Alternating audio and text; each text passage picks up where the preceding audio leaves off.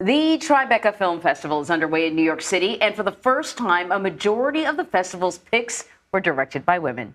The powerful presence of women this year is rare in a space where men still dominate. According to a recent study, the ratio of men to women directing top-grossing films over the last 16 years was 11-1.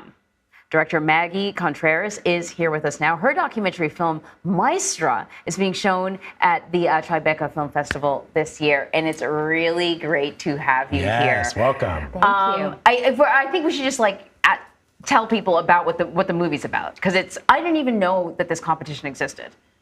Sure. This is a documentary following women who are in the first and only competition for female orchestra conductors.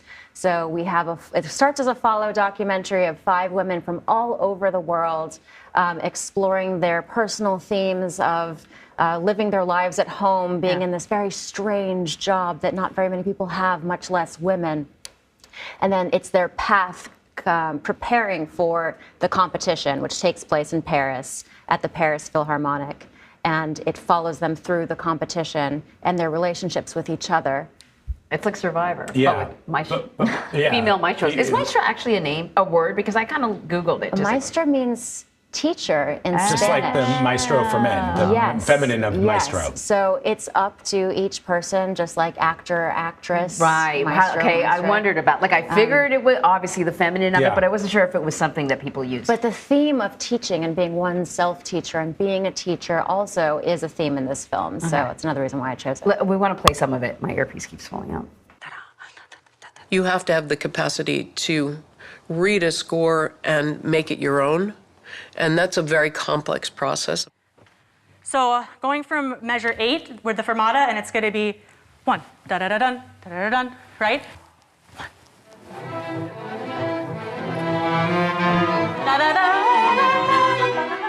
Let's talk about, first of all, what was it about this story that you wanted to tell? There are competition docs, and people love them.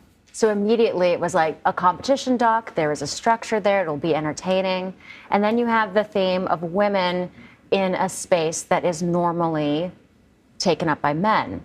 And then it's this beautiful world of classical music. And then it's this strange job of orchestral conducting, and not many people know anything about that. And so it's an opportunity to have an inside look into a world that most people don't know about. So what's interesting, Mary, is that you're right. I think most people, even those of us who like classical music, we sort of imagine that conductors just spring up out of nowhere, and that they're there in front of an orchestra, leading that orchestra, and there's very little understanding of how one gets to that level to lead some of the top orchestras in the world. But what's interesting about this film and your role in it is the number of women working behind the scenes to bring this story to light. Talk to me about that. That was important to you. Yeah. So I was given an opportunity to direct my first feature, and I needed to extend that opportunity to other women. So I had a mandate that we needed to hire at least 75% women in all roles.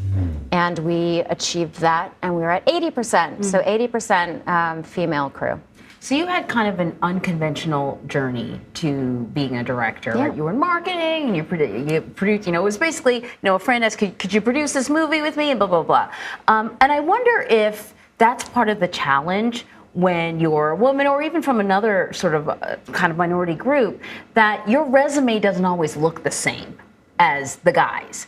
And so you have to depend on people to trust you with their money, and that may be a hard sell. Absolutely. My journey to being in the seat with you was not straightforward.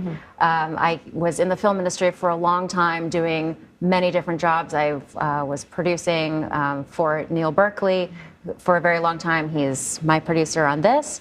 I was in marketing. I was an actor. I did all these things that was all about storytelling. Every single thing I did that led me to here was all in some way, shape, or form about storytelling. And you're absolutely right. Someone looks at my resume and it's not this clean connecting the dots, and it's confusing to some people, but it's also a skill set that led to something else, and having people give you that opportunity. And you're right, people entrusting money to someone in a new position is something we need more of.